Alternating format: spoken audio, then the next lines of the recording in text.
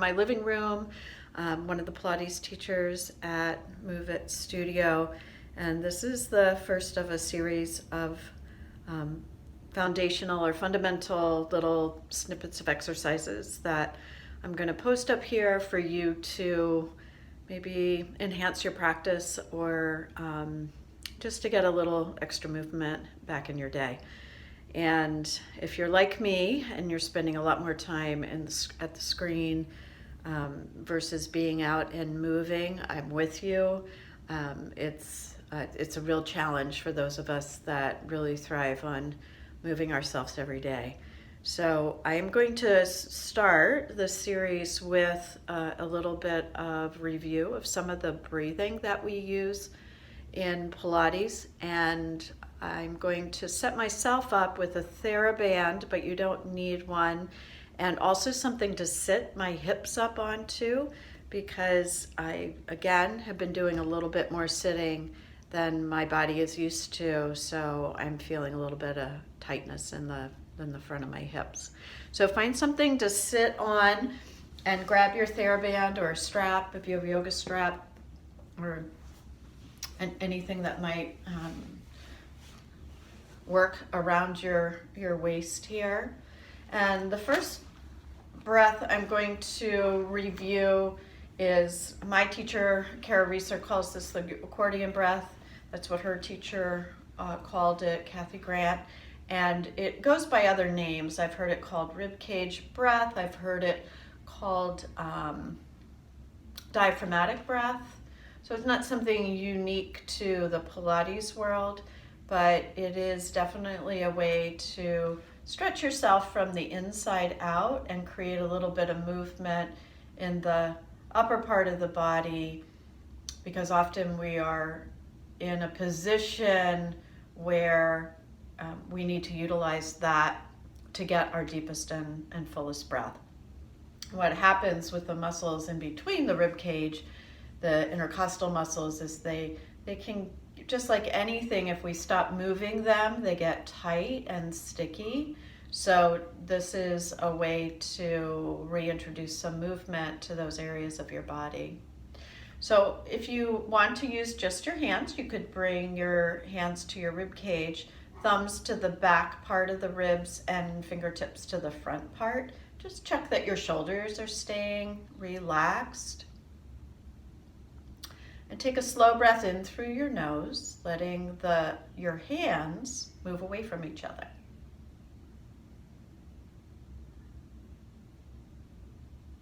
And exhale, letting them come back in. You'll feel the rib cage close. And maybe at the very end of the exhale, you'll feel the abdominal muscles pull in and back.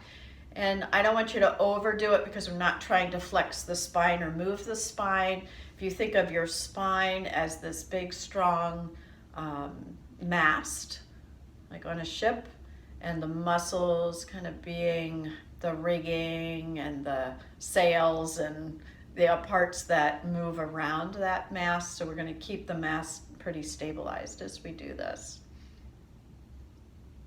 So if you were surprised to not feel your hands move at all when you just practice that real quickly, it's okay. There's a lot of people that is not necessarily a space that they breathe into day to day.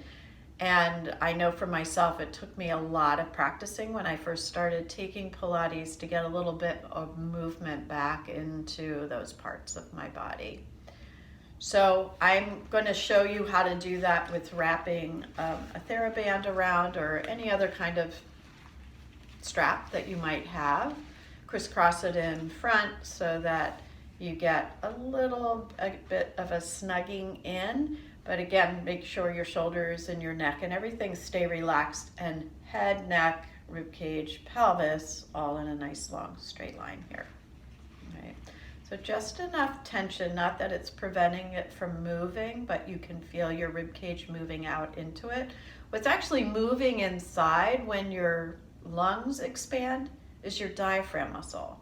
And if you're really curious about all things anatomy and that's helpful to you, go online and Google a like there's all kinds of great like little things that'll pop up that'll actually show you like where the diaphragm is, how it moves when you inhale and exhale. So if you geek out about things like that, like me, feel free to Google that and see it. Sometimes it's helpful to see it in real life or an animation of it. So as you inhale, feel your rib cage go out into the TheraBand. And as you exhale, let it kind of cinch back in a little bit. And take about 3 more breaths on your own with that. And with the feedback, are you maybe noticing one side that is a little bit more supple than the other? Again, not anything super uncommon.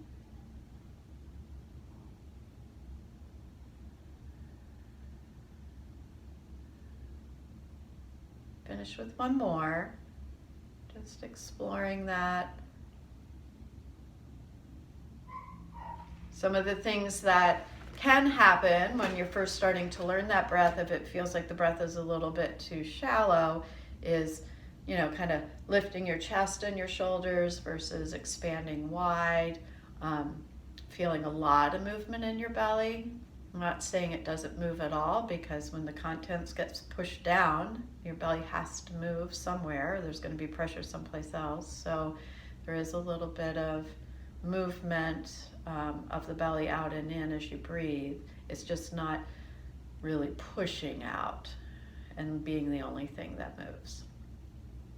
So now take your hands down onto your legs, and we'll add a little movement at the rib cage to this. So my shoulders, I don't know if it's going to look perfect, but because how ridiculous is being perfect anyway, but yeah, so your shoulders, or we're all a little bit uneven, I guess is my point. So it would be boring if we were all totally symmetrical. So as your collarbones stay kind of parallel to the floor, the movement's going to happen at the rib cage.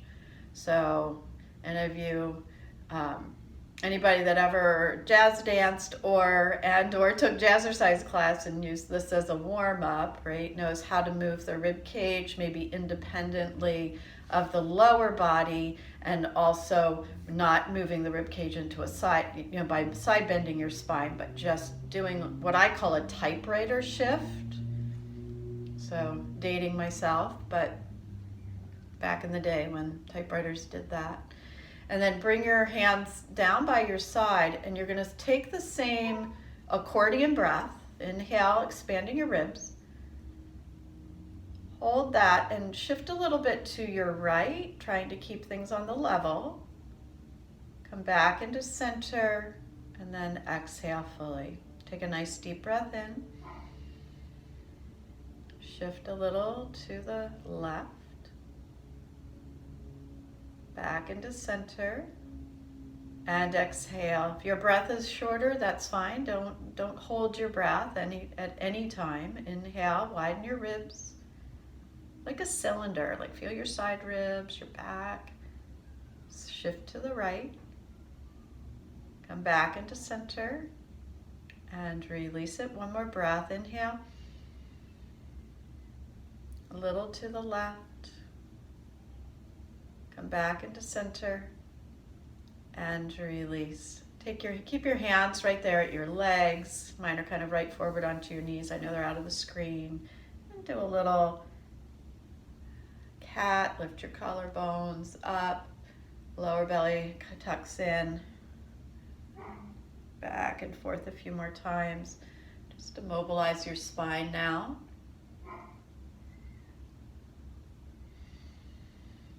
And come back into center. Good. Thanks for checking in, and hope you're all doing well, and really looking forward to when we're all back in the studio again at Move It.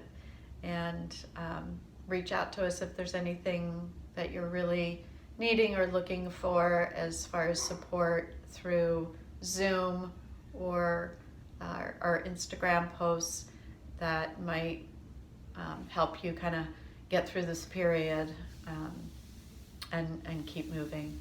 Thanks so much.